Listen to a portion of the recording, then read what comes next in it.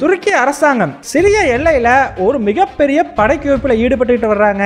துருக்கியினுடைய இந்த நகர்வு அமெரிக்காவையே சிரியாவிலிருந்து வெளியேற்றக்கூடிய ஒரு சூழ்நிலையை உருவாக்கலாம்னு நம்பப்படுது. இந்த வீடியோல நம்ம என்ன பார்க்க போறோம் அப்படின்னா, துருக்கி திடீர்னு இப்படி படைக்குவிப்புல ஈடுபடுறதுக்கான காரணம் என்ன? அல்-ஷாம் கிளர்ச்சி குழு பொறுப்பேற்ற பிறகும் துருக்கி அரசாங்கம் எதற்காக இப்படி ஒரு நடவடிக்கை எடுக்கணும் அப்படிங்கறத பார்க்க போறோம். கூடவே அமெரிக்க அரசாங்கமும் சிரியாவை விட்டு வெளியேற்றப்படுமா அப்படிங்கறதையும் ரொம்பவே டீடைல்டா இந்த வீடியோல பார்த்தலாம். வீடியோவை லைக் பண்ணிக்கோங்க, சேனலை சப்ஸ்கிரைப் பண்ணிக்கோங்க. வாங்க வீடியோக்குள்ள போயிடலாம். அறிவோம் தெளிவோம் உறவுகளுக்கு அன்பான வணக்கங்கள்.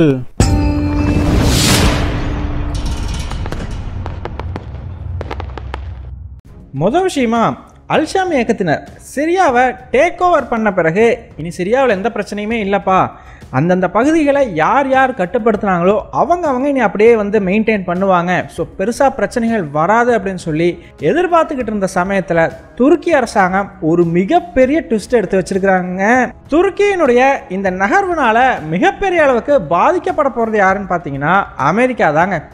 அப்படி என்னப்பா துருக்கி பண்ணிட்டாங்க அப்படின்னு கேட்டிங்கன்னா, சிரியா துருக்கி எல்லையில் கோபானின்னு சொல்லக்கூடிய ஒரு சின்ன கிராமம் இருக்குதுங்க. ஸோ இந்த கிராமத்துக்கு பக்கத்திலேயே துருக்கிய எல்லை பகுதியில் துருக்கிய அரசாங்கம் அவர்களுடைய படைகளை கடந்த சில நாட்களாக அதிவேகமாக குவிச்சுக்கிட்டு வர்றதா தகவல்கள் வெளியாகி இருக்குது.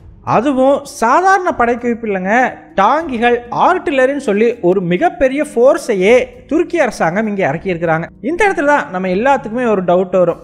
ஏன்பா துருக்கி அரசாங்கத்தோட ஆதரவோட அல்-ஷாம் இயக்கத்தினர் சிரிய தலைநகரான டமாஸ்கஸையே கேப்சர் பண்ணிட்டாங்க, அப்புறமும் எதுக்கு துருக்கி அரசாங்கம் அவங்க படைகளை இப்படி சிரிய எல்லையில் குவிக்கணும் அப்படின்னு கேட்டிங்கன்னா ரொம்பவே சிம்பிளுங்க.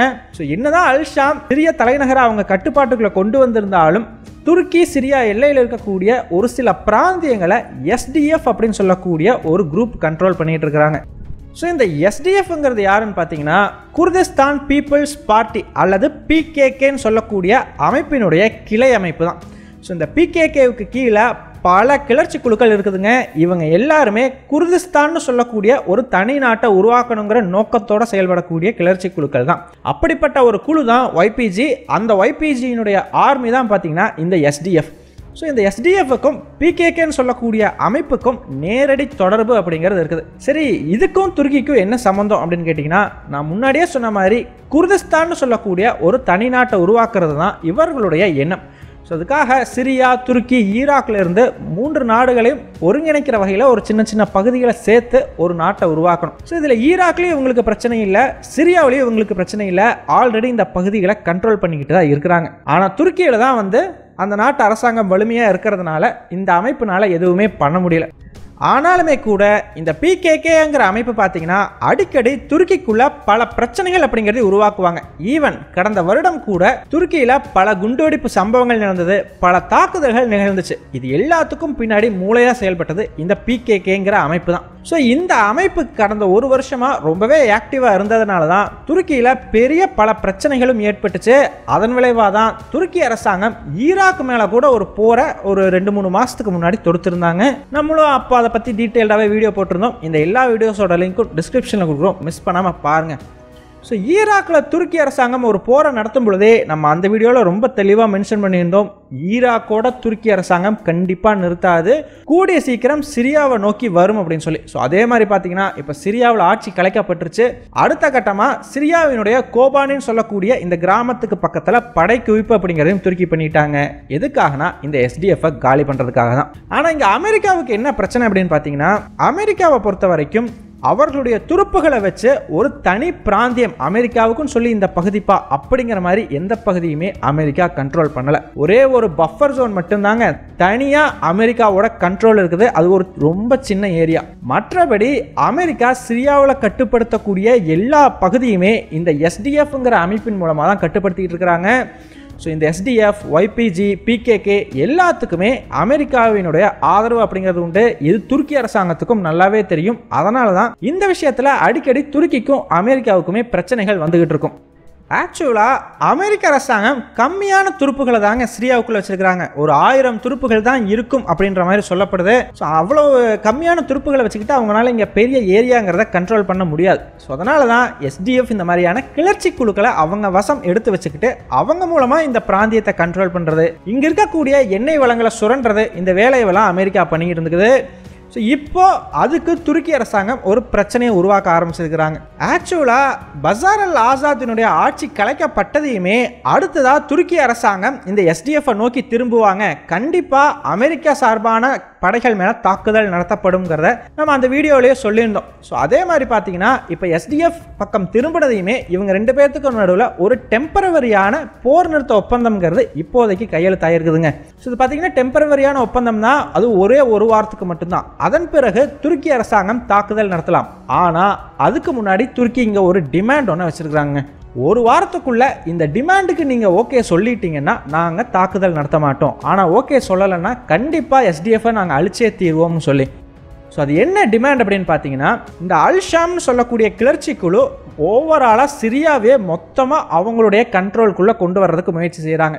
ஸோ இவ்வளவு காலமாக ஒவ்வொரு கிளர்ச்சி குழு ஒவ்வொரு பகுதியை கண்ட்ரோல் பண்ணிக்கிட்டு இருந்தாங்க. இனிமேல் அப்படி வேண்டாம், மொத்த சிரியாவையுமே நாங்களே கண்ட்ரோல் பண்ணணும்னு விரும்புகிறோம்.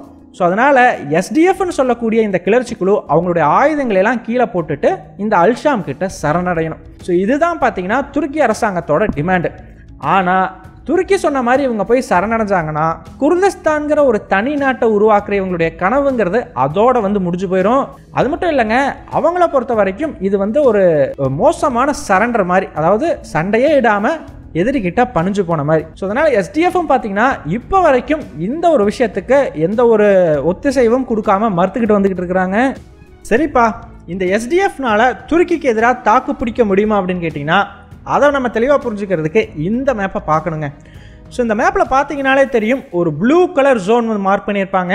இது எஸ்டிஎஃப்போட கண்ட்ரோலில் இருக்கக்கூடிய பகுதிகள். அடுத்ததாக எல்லோ கலரில் 2 சின்ன சின்ன ஜோன்ஸ் மார்க் பண்ணப்பட்டிருக்கும். இது சிரியன் நேஷனல் ஆர்மின்னு சொல்லக்கூடிய துருக்கி ஆதரவு இருக்கக்கூடிய படைகள் இருக்கிற பகுதி. அடுத்ததாக இந்த கிரே கலரில் இருக்கிறது பார்த்தீங்கன்னா டமாஸ்கஸ் வரைக்குமே இருக்கும். இது பார்த்தீங்கன்னா அல்ஷாம் கிளர்ச்சி குழுவினுடைய கண்ட்ரோல் இருக்கக்கூடிய பகுதிகள். ஸோ இந்த 2 கிளர்ச்சி குழு, சிரியன் நேஷனல் ஆர்மி, அல்ஷாம், ரெண்டுமே துருக்கிக்கு ஆதரவாக தான் இருக்கும். அது மட்டும் இல்லை, இப்போ கூடவே துருக்கியும் தன்னுடைய படைகளையும் உள்ள அனுப்புறதுக்கு தயாராகிட்டு இருக்கிறாங்க. ஸோ இப்படிப்பட்ட ஒரு மும்முனை தாக்குதலை எஸ்டிஎஃப் சமாளிக்கணும்னா அதுக்கு கண்டிப்பாக அமெரிக்காவினுடைய உதவியை அவங்க எதிர்பார்ப்பாங்க. ஆனால் இங்கே தாங்க ஒரு மிகப்பெரிய சிக்கல் அமெரிக்காவுக்கு இருக்குது. ஒரு பக்கம் துருக்கி நேட்டோ நாடு. ஸோ கண்டிப்பாக இந்த 2 நேட்டோ நாடுகளும், அதாவது துருக்கியும் அமெரிக்காவும் இந்த விஷயத்தில் நேரடியாக ஒரு பிரச்சனைகளுக்கு இறங்குறத விரும்ப மாட்டாங்க.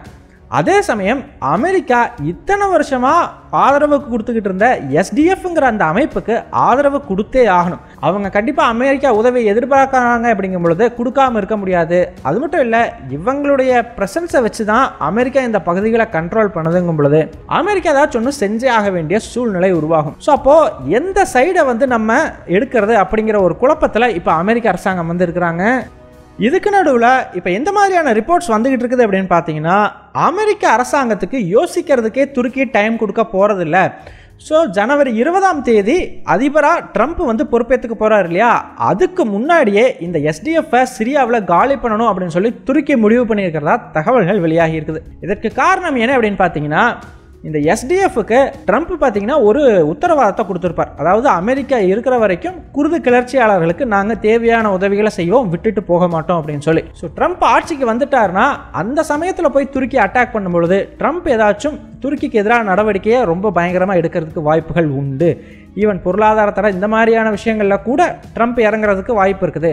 ஸோ அதனால் ட்ரம்ப் ஆட்சிக்கு வர்றதுக்கு இன்னும் கரெக்டாக 1 மாதம் இருக்குதுங்க. இந்த 1 மாதத்துக்குள்ளே எஸ்டிஎஃப்பை காலி பண்ணிடணும் அப்படின்னு சொல்லி துருக்கி நினைக்கிறதா நம்பப்படுது. ஸோ இது உண்மையாக இருக்கிற பட்சத்தில் இன்னும் 1 வாரத்துக்குள்ளேயே துருக்கி மீண்டும் ஒரு போரை சிரியாவுக்குள்ளே தொடங்கிறத நம்ம எதிர்பார்க்கலாம். ஸோ ஆல்ரெடி பார்த்தீங்கன்னா அமெரிக்க ஆதரவு படைகள் இருக்கக்கூடிய மாஞ்சிவ் அப்படிங்கிற நகரத்து மேலே துருக்கி ட்ரோன் தாக்குதல்கள் எல்லாமே நடத்த ஆரம்பிச்சிட்டாங்க. ஸோ இப்போதைக்கு இந்த டிமாண்ட்ஸை மட்டும் முன் வச்சு இதுக்கு நீங்கள் ஒத்துக்கிட்டீங்கன்னா நான் போரை நிறுத்திடுறேன் அப்படிங்கிற மாதிரி துருக்கி கேட்டுக்கிட்டு இருக்கிறாங்க. ஸோ இதுக்கு எஸ்டிஎஃப் என்ன சொல்ல போகிறாங்க அப்படிங்கிறதுல தான் இனி அடுத்தது என்ன நடக்க போகுது அப்படிங்கிறதே தீர்மானிக்க போகுதுங்க. அது மட்டும் இல்லைங்க, அமெரிக்கா ஒரு வேளை எஸ்டிஎஃப்க்கு உதவி செய்யலை, அவங்கள கழட்டி விட்டுட்டாங்க அப்படிங்கிற பட்சத்தில் அமெரிக்காவும் சிரியாவுக்குள்ளே இருக்கிறதுக்கான தேவை அப்படிங்கிறது இல்லாமல் போயிருங்க. காரணம் நான் முன்னாடியே சொன்ன மாதிரி அல்ஷாம் சிரியாவையே மொத்தமாக ஒருங்கிணைக்கிறதுக்கான ஒரு முயற்சியில் இறங்கி இருக்கிறாங்க. ஸோ அது நடக்குது அப்படிங்கும்பொழுது அதன் பிறகு அமெரிக்காவோ அவர்களுடைய படைகளோ இங்கே இருக்கிறதுக்கான தேவை அப்படிங்கிறதே இருக்காது. என்ன, ரஷ்யா ரொம்ப முன்னாடியே கிளம்பி போயிட்டாங்க, அமெரிக்கா கொஞ்சம் லேட்டாக கிளம்பி போவாங்க, அவ்வளவுதான் இங்கே டிஃப்ரென்ஸாகவே இருக்கும். ஸோ ஃபைனலாக நீங்கள் என்ன நினைக்கிறீங்க? துருக்கி அரசாங்கம் SDFக்கு எதிராக ஒரு போரை நடத்துவாங்களா, இல்ல SDF துருக்கியினுடைய கோரிக்கைகளை ஏத்துக்கிட்டு துருக்கி கூட ஒரு அமைதி உடன்படிக்கையை கையெழுத்திட்டுவாங்களா? உங்களுடைய கருத்துக்கள் என்ன அப்படிங்கறத மறக்காம கமெண்ட்ஸ்ல சொல்லுங்க. எங்க டெலிகிராம் சேனல் லிங்க் டிஸ்கிரிப்ஷன்ல கொடுக்குறோம். இன்ட்ரெஸ்ட் இருக்கிறவங்க ஜாயின் பண்ணிக்கோங்க. ரொம்ப முக்கியமான செய்திகள் அதில் பகிரப்படும். வீடியோ பிடிச்சிருந்ததுன்னா லைக் பண்ணிக்கோங்க, சப்ஸ்கிரைப் பண்ணிக்கோங்க. இதன் மூலமா எங்களுடைய வீடியோஸ் இன்னும் நிறைய பேருக்கு போய் சேரும். முடிஞ்சா உங்களுடைய ஃப்ரெண்ட்ஸுகிட்டையும் நிறைய ஷேர் பண்ணிக்கோங்க. இது எங்களுடைய உழைப்புக்கு நீங்க கொடுக்குற ஒரு ரிவார்டா இருக்கும். நன்றி.